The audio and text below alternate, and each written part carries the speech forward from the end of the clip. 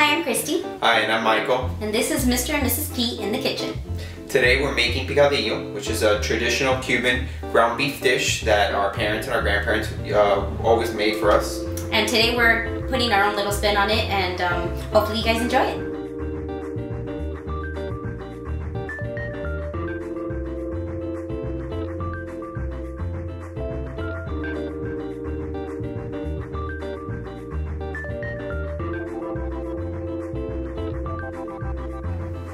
We're starting our picadillo today by making a sofrito, which is the foundation of any Cuban dish.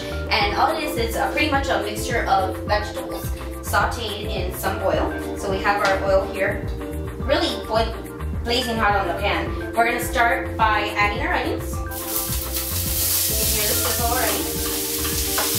Mix them around. Add a little bit of salt. What we're trying to do is add seasoning to every single layer. Starting with our onions. Now we'll add a little bit of pepper. Dark brown is better. And then once that's soft and translucent, then we'll add our green peppers and our garlic. And we have about half of a large onion or a small onion in there. We're going to add half of a pepper, green pepper.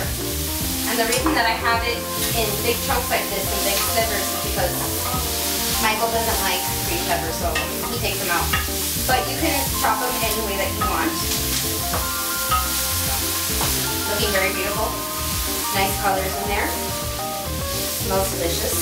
And then we're going to add 2 cloves of garlic, which I already minced. And then toss it around.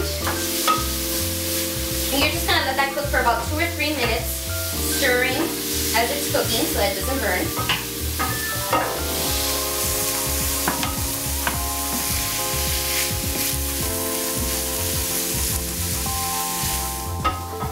Alright, so now that our sofrito is softened, we're ready to add the 1 pound of ground beef to our mixture. We're going to cook it until the meat is nice and brown.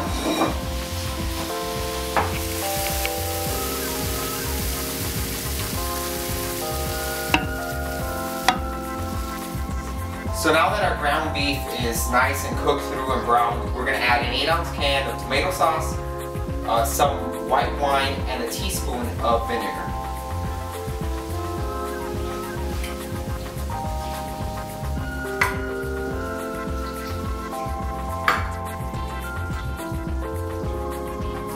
Make sure to mix everything well, and we're going to let it cook for the next couple minutes.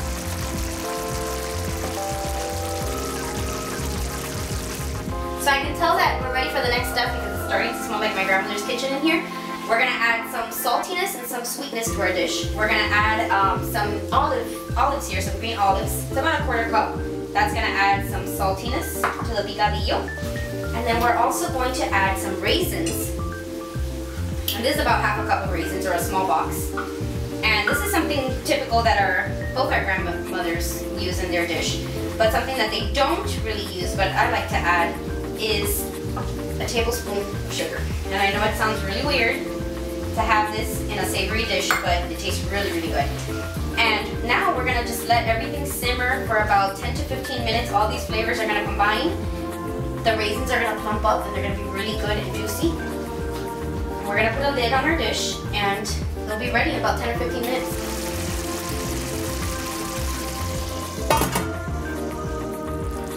So now our picadillo has cooked for about 10 to 15 minutes, and it should look like this. It should still have a sauce. You don't want it to be dry. It should have very little sauce, and it's pretty much ready. And now we're going to add some red pepper, these roasted red pepper little slivers. And not only is it tasty, but it makes the dish look really pretty. And presentation is very important to us, and it should be to everybody, because that's the first thing you see on your plate.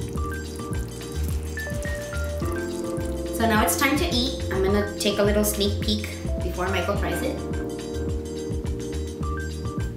Really good. It's salty and sweet. Your family's gonna love it.